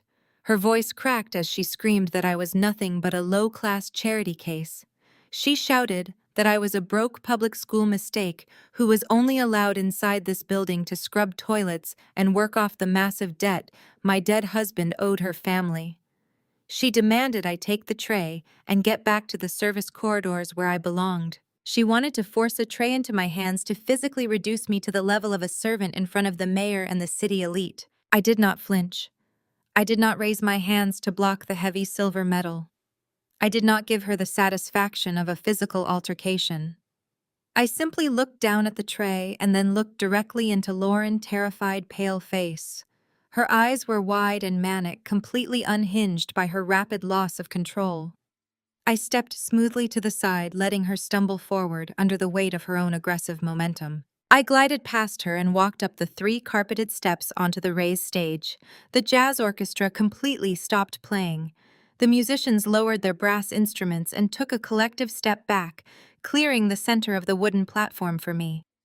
The silence in the cavernous room was so heavy it felt like a physical pressure against my skin. I walked directly up to the polished chrome microphone stand. I reached out and wrapped my fingers around the cool metal. I detached the microphone from the clip. A sharp, brief hum of audio feedback echoed through the massive ballroom, amplifying the absolute silence of the crowd. Every single eye in the building was locked securely on me. I looked down from the elevated stage, surveying the room. I saw the mayor whispering frantically to his chief of staff, clearly wondering if he was about to be implicated in a massive scandal. I saw the wealthy charity donors standing frozen in their silk and velvet, their champagne glasses held rigidly in midair. And right at the base of the stage, I saw my in-laws. Lauren was clutching the silver tray to her chest, her breathing shallow and rapid, as she realized her social execution had completely failed. Tyrell was staring up at me with a look of absolute, unadulterated terror. The arrogant smirk was entirely gone. He was frantically tapping the screen of his phone, likely trying to call his offshore bank or his attorney, but finding no signal that could possibly save him from what was coming. Brenda stood beside them, looking deeply unsettled and confused by the total collapse of her family dominance. I stood on the stage and took a slow, deep breath. I felt the comforting weight of the diamond collar resting against my skin. I thought about the cramped, freezing apartment Jamal and I had shared for 7 years. I thought about the clanking radiator and the cheap takeout dinners we split to save money. I thought about the $15,000 funeral invoice Lauren had slapped against my chest while the dirt from my husband's grave was still fresh on my shoes. I thought about the ghost empire Jamal had built in the absolute shadows, deliberately sacrificing his own comfort to ensure these toxic parasites could never touch our future. He had played the fool for years just to keep me safe from their relentless greed. He had left me the ledger, the offshore accounts, and the private contact number because he knew this exact moment would eventually arrive. I held the microphone in my right hand. In my left hand, I held my encrypted phone containing the complete forensic breakdown of their entire fraudulent existence. I tapped the screen and initiated the digital sequence Silas and his elite forensic team had prepared for me. I watched the massive projection screens mounted on the ballroom walls flicker to life, illuminating the dark corners of the venue with stark white light. The time for gathering data was officially over. It was time to execute the final judgment. The massive digital projectors hummed to life. 4 towering screens mounted across the ballroom walls instantly switched from displaying Lauren Golden Anniversary monogram to a stark, high-contrast financial dashboard. The crisp white light washed over the terrified faces of my in-laws, standing at the base of the stage. I brought the microphone to my lips. My voice echoed through the cavernous room, completely devoid of anger. It was the calm, steady tone of an auditor delivering a terminal report. "Good evening, everyone," I said, cutting through the dead silence. "My sister-in-law, Lauren, just announced to this room that I am a destitute widow. She claimed my late husband, Jamal, was a broke failure who left me drowning in debt. She tried to hand me a silver tray and order me to scrub the toilets of this country club to pay off a forged $100,000 promissory note." I tapped the screen of my encrypted phone. The projectors flashed, and a massive high-resolution image of the Vanguard International Private Wealth Bank statement appeared on all four walls. The crowd let out a synchronized collective gasp as they read the final balance printed in bold black numbers at the bottom of the document. $35 million. My husband was not a struggling computer repairman, I announced, watching Tyrell, eyes bulge out of his head. Jamal was the silent partner in a massive cybersecurity buyout. He faked his poverty. He drove a 10-year-old car and lived in a freezing apartment with me because 5 years ago his older brother Tyrell committed identity theft against him. Tyrell bankrupted Jamal's first startup to fund the very lifestyle you see him parading around tonight. Jamal built a $35 million empire completely in the shadows to protect our future from their relentless pathological greed. Lauren gripped the edge of the stage. Her knuckles were stark white. "You are lying!" she shrieked, her voice cracking with hysteria. "That is fake. You manufactured those documents. You are a psychotic broke liar." I did not even look at her. I kept my eyes locked on the crowd, specifically focusing on the mayor and the wealthy philanthropists standing near the center of the room. I tapped my screen a second time. The Vanguard statement vanished, replaced by a sprawling, complex financial flowchart. Red lines connected dozens of bank accounts, shell companies, and routing numbers. "I am a senior data analyst," I told the crowd. "I do not deal in lies. I deal in verified forensic accounting. And the data illuminating this room right now tells a very different story about who the actual frauds are." I pointed to the top of the flowchart. I drew the crowd attention to the operational accounts of the emergency housing charity that Brenda managed. I watched the mayor's face turn an ashen shade of gray as he recognized the municipal funding routes. For the past 4 years, Lauren and Tyrell have been systematically embezzling hundreds of thousands of dollars from the City Emergency Housing Fund. I stated, my voice ringing with absolute authority. They set up dozens of ghost vendor companies. They billed the charity for fake consulting fees and catering events that never actually happened. They stole rent money from destitute minority families to pay for the designer sequined dress Lauren is wearing right now. They stole from homeless children to pay for the ice sculptures and the imported champagne you are all drinking tonight. The ballroom erupted into chaos. Wealthy donors dropped their glasses. City council members began frantically pulling out their cell phones. Tyrell stumbled backward, shaking his head violently and throwing his hands up in the air. "It is a setup," Tyrell yelled, desperately trying to be heard over the rising panic. "She hacked my servers. She is framing us. Do not look at those screens. Look." I tapped my phone a third time. The screens shifted to display the highly illegal predatory bridge loan Lauren had signed just 48 hours ago. They panicked because the city audit is scheduled for next week. I continued ruthlessly driving the final nails into their coffin. They were completely out of cash. So Lauren took out a predatory shadow loan using her prized suburban mansion as collateral just to quietly replace the stolen charity funds before the auditors arrived. She thought she was being clever. She had absolutely no idea that debt can be bought and sold on the secondary market. I reached into my emerald evening clutch. I pulled out a thick stack of heavy legal documents bound by a thick silver clip. I held them up for the entire room to see. "My anonymous holding company intercepted that transaction," I announced, looking directly down at Lauren. "I bought your toxic loan, Lauren. I also bought every single piece of failing corporate debt tying Tyrell bankrupt consulting firm to the secondary market. I am legally your primary creditor. I am your landlord. I own the lease on Tyrell office building. I own the debt on his luxury vehicles. And I hold the deed to your massive suburban estate." Lauren let out a guttural, horrifying wail. She collapsed onto her knees at the base of the stage, her silver sequined dress pooling around her on the marble floor. She buried her face in her hands, sobbing uncontrollably as the reality of her complete destitution crashed down upon her. I flipped open the stack of documents. I looked at Tyrell, who was hyperventilating, his chest heaving as he stared up at me in absolute defeat. "I executed the accelerated default clauses 10 minutes ago," I informed him, my voice dropping to a terrifying whisper that somehow carried across the entire venue. "Your foreclosure notices are effective immediately. You own absolutely nothing. Your cars will be repossessed by midnight. You are officially locked out of your commercial office. and you have until Monday morning to vacate my house before I send the sheriff to throw your belongings onto the front lawn." A sharp, agonizing scream ripped through the air. It did not come from Lauren. It came from Brenda. Brenda had been standing near the front row staring up at the massive projection screens. I had intentionally left one specific branch of the forensic flowchart highly visible. Brenda's eyes were locked onto the section detailing her own modest real estate portfolio. She was reading the undeniable digital proof that Tyrell had forged her signature and taken out massive secondary mortgages on every single apartment building she owned to keep his failing business afloat. Brenda lunged forward. She grabbed Tyrell by the lapels of his custom velvet tuxedo. She shook him violently, her wide-brimmed hat falling backward onto the floor. "You stole my retirement!" Brenda shrieked, her voice echoing with decades of misplaced maternal worship instantly turning into pure venom.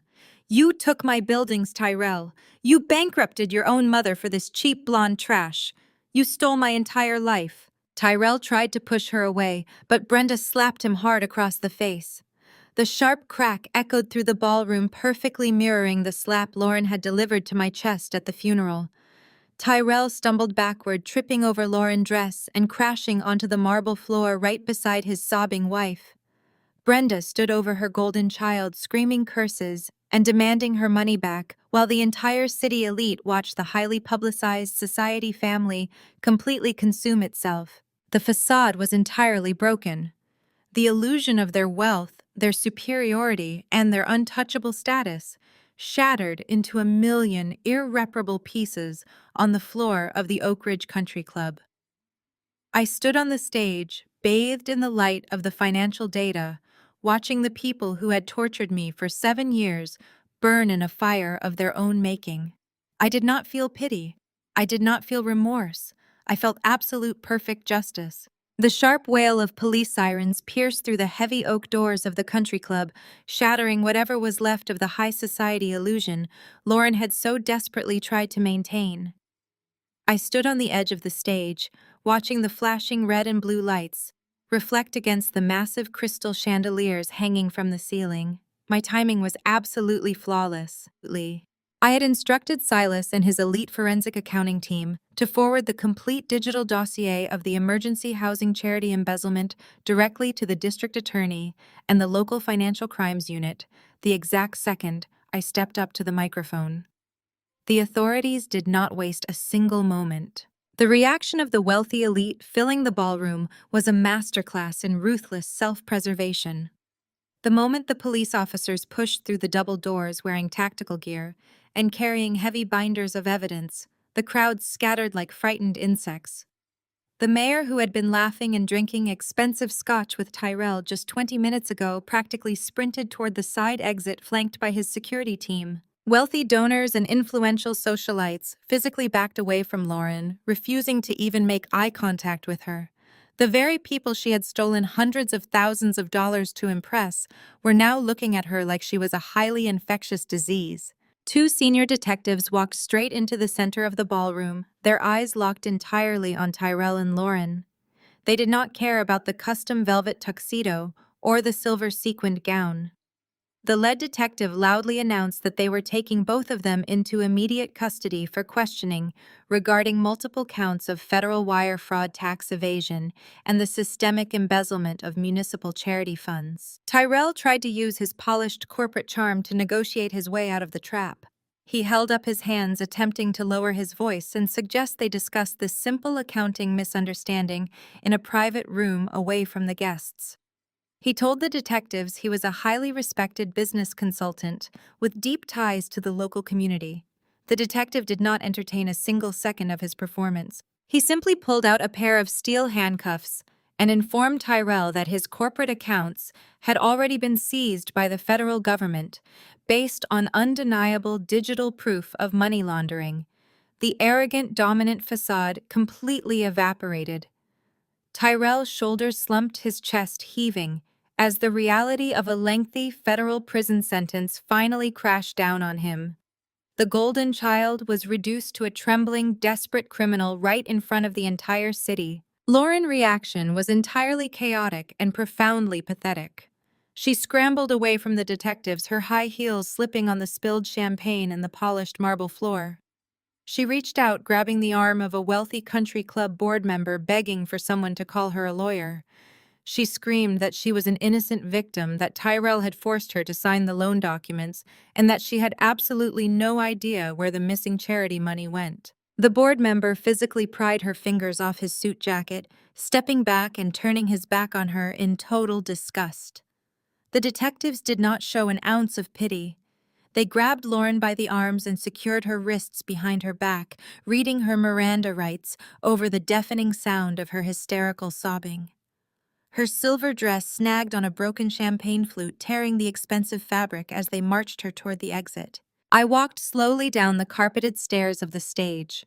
The crowd parted for me, their expressions a mixture of absolute shock and profound respect.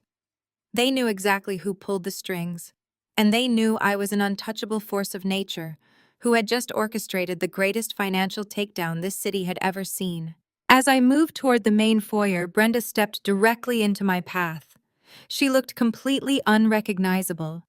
The severe, proud matriarch who had terrorized me for 7 long years was entirely gone. Her maroon evening dress looked suddenly cheap and terribly out of place. Her hands were shaking violently, and her face was stained with dark streaks of ruined makeup. She had just watched her golden son be hauled away in handcuffs, and she knew her entire real estate portfolio was permanently lost to my holding company because of his staggering greed. She reached out her trembling fingers, hovering just inches from the emerald silk of my custom gown. She did not dare to actually touch me. She looked up into my eyes, and her voice broke into a pathetic, desperate whisper. She begged me to help her. She pleaded that she had nowhere to go, that the banks were going to throw her out on the street by Monday morning. She actually tried to invoke Jamal memory, claiming that her deceased son would never want to see his own mother left destitute and homeless. I looked down at Brenda, feeling an overwhelming sense of cold detachment. I did not feel a single drop of sympathy for the woman standing before me. I thought about the cramped, freezing apartment where Jamal had worked himself to the bone just to keep my spirit safe from her relentless emotional abuse. I thought about the $15,000 funeral invoice she had eagerly watched Lauren slap against my chest, while the dirt from my husband's grave was still fresh on my shoes. I thought about the countless times she had called me a low-class mistake, simply because I was a black woman who had to work for everything I possessed. I told Brenda that Jamal had spent his entire life protecting me from her toxic greed. I reminded her that she had spent 7 years calling me a broke failure, while her golden son was systematically stealing every single penny of her retirement savings right under her nose. I told her that actions have permanent, devastating consequences, and she was finally going to experience exactly what it felt like to be completely powerless. I told her I would not give her a single dime of the $35 million Jamal had left me. I stepped around her, leaving her standing entirely alone in the center of the ruined ballroom, weeping for a life and a status she would never get back. I walked through the massive double doors and stepped out into the crisp, cool night air. The heavy, oppressive atmosphere of the country club vanished the exact moment the doors sealed shut behind me. I walked down the grand marble stairs toward my waiting town car. The flashing lights of the police cruisers illuminated the perfectly manicured lawns, painting the expensive landscaping in harsh, frantic shades of red and blue. I slid into the rich leather back seat of the town car. The driver closed the door, shutting out the noise of the sirens and the chaos entirely. I leaned my head back against the soft seat and let out a long, slow breath. The heavy diamond collar resting against my skin felt like a physical symbol of absolute liberation. I had not just survived the vicious cruelty of my in-laws. I had meticulously dismantled their entire existence using nothing but hard data and calculated patience. I had honored Jamal's profound sacrifice, and I had finally claimed the massive, beautiful future he had built for us in the shadows. I watched the country club fade into the distance through the tinted windows, driving away from the wreckage and heading straight toward my new life. 6 months have passed since the night the oak doors of the country club sealed shut behind me. I am sitting behind a massive desk made of polished black walnut, looking out through floor-to-ceiling glass windows. The view from my penthouse office offers an unobstructed panorama of the city skyline. The morning sun reflects off the surrounding skyscrapers, casting a warm golden light across the ultra-modern space I now command. There are no clanking radiators here. There are no water stains on the ceiling and no eviction notices taped to the front door. The silence in this office is not the heavy, oppressive quiet of a cramped apartment. It is the deep, settling peace of absolute financial independence. I took a portion of the $35 million trust fund Jamal left me, and I built an empire of my own. I established a technology incubator and venture capital firm designed specifically to fund and support minority entrepreneurs. I named the foundation after my husband. Walking through the sleek glass corridors of the foundation headquarters, I see dozens of brilliant young Black software developers and engineers collaborating in open workspaces. They are building the next generation of cybersecurity platforms and financial applications. Many of them came to me with incredible ideas, but zero access to traditional funding. They were brilliant minds who were constantly overlooked by elite investment firms simply because they did not have the right last names or country club connections. I provide them with the capital, the resources, and the legal protection they need to bring their visions to life without predatory investors trying to steal their equity. Every time I sign a grant or approve a round of seed funding for a struggling young developer, I know I am honoring the true legacy of the man I loved. Jamal had to build his massive wealth entirely in the shadows to protect himself from the toxic greed of his own family. He had to play the role of a broke failure just to survive. Through this foundation, I am ensuring that the next generation of innovators will never have to hide their brilliance or shrink themselves to appease anyone. David, the private wealth manager from Vanguard, visits my office on the first Tuesday of every single month. We maintain the exact same schedule Jamal established years ago. David walks in carrying thick leather-bound portfolios containing the monthly performance reports of my diversified assets. He is no longer just my wealth manager. He has become a trusted advisor and a fierce protector of our shared vision. During our meeting this morning, David handed me the final closure documents regarding the aggressive acquisitions we executed 6 months ago. The paperwork confirmed that Tyrell Consulting Firm was completely liquidated. We sold off his office equipment, his leased servers, and his client contact lists for absolute pennies. The physical commercial space he used to occupy was gutted and leased to a completely different corporation. The sprawling suburban mansion Lauren had prized above all else was auctioned off to the highest bidder. I did not keep the house. I had absolutely no desire to own the marble floors where she used to parade around and treat me like hired help. The proceeds from the auction went directly back into the holding company, completely wiping away the final traces of their fake aristocratic existence. David poured himself a cup of coffee from the silver carafe on my desk and sat back in the plush visitor chair.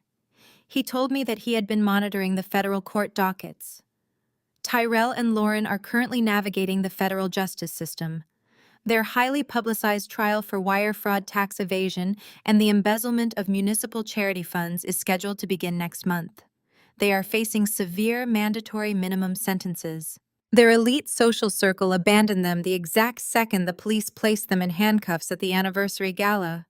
The politicians, the wealthy donors, and the country club board members scattered and immediately severed all ties. Tyrell and Lauren went from being the most celebrated couple in the city to complete pariahs overnight.